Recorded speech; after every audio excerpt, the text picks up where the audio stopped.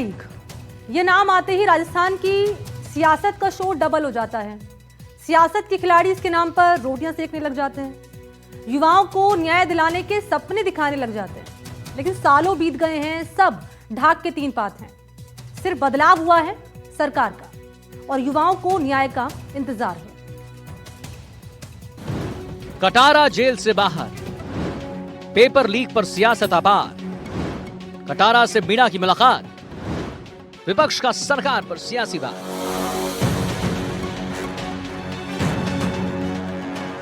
प्रदेश में paper leak मामले को लेकर सियासत लगातार गर्माती जा रही है।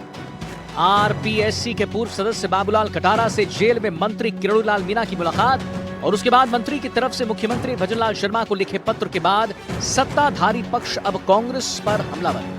कांग्रेस विधायक टीकाराम जूली ने आरोप लगाया है कि कमजोर पैरवी के कारण बाबूलाल कटारा को राहत मिली, जबकि पिछली सरकार ने इस मामले में सख्त कार्रवाई की थी।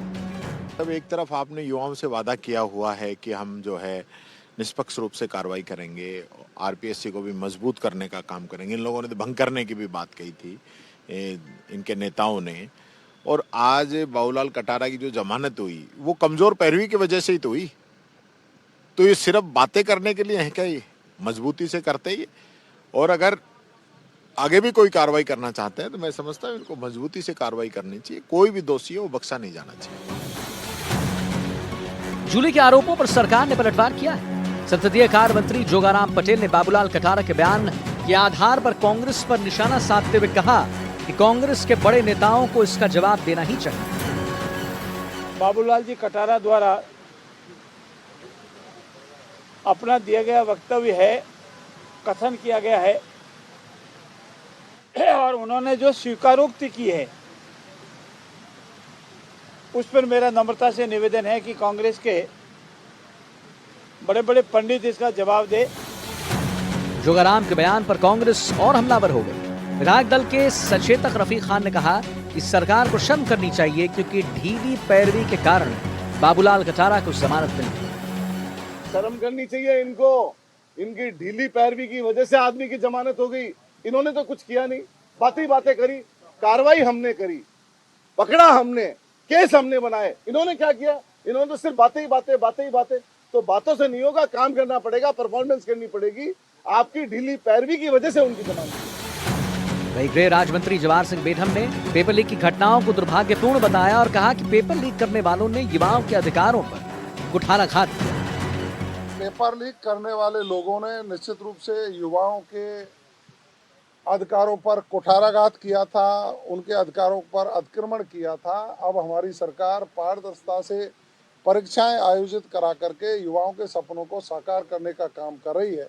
मैं निश्चित रूप से कह सकता हूं, माननीय मुख्यमंत्री जी के नेतृत्व में युवाओं के सपनों को साकार करते हुए निष्पक्षता से, बिना किसी भेदभाव के, बिना किसी लीकेज के पेपर आयोजित कराए जा रहे हैं और हमारी सरकार इसके लिए कृत संकल्प है। वही पेपर लीक के खिलाफ पिछले सरकार के समय युवाओं की आवाज बनने वाले मंत्री किरोड़ीलाल मीणा ने विपक्ष पर पलटवार किया।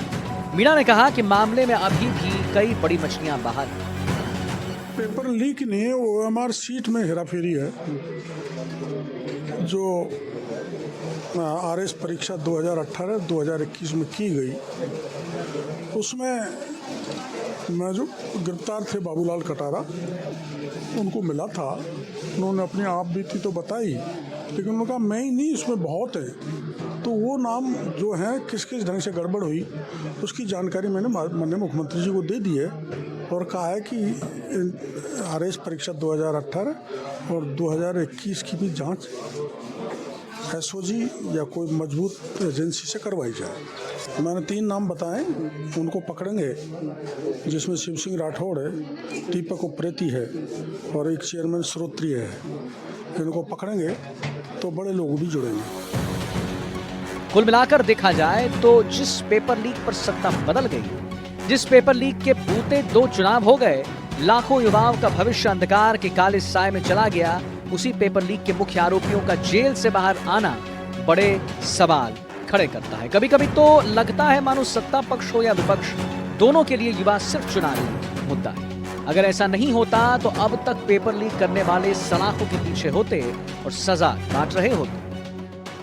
Bureau report, NDTV, Rajasthan.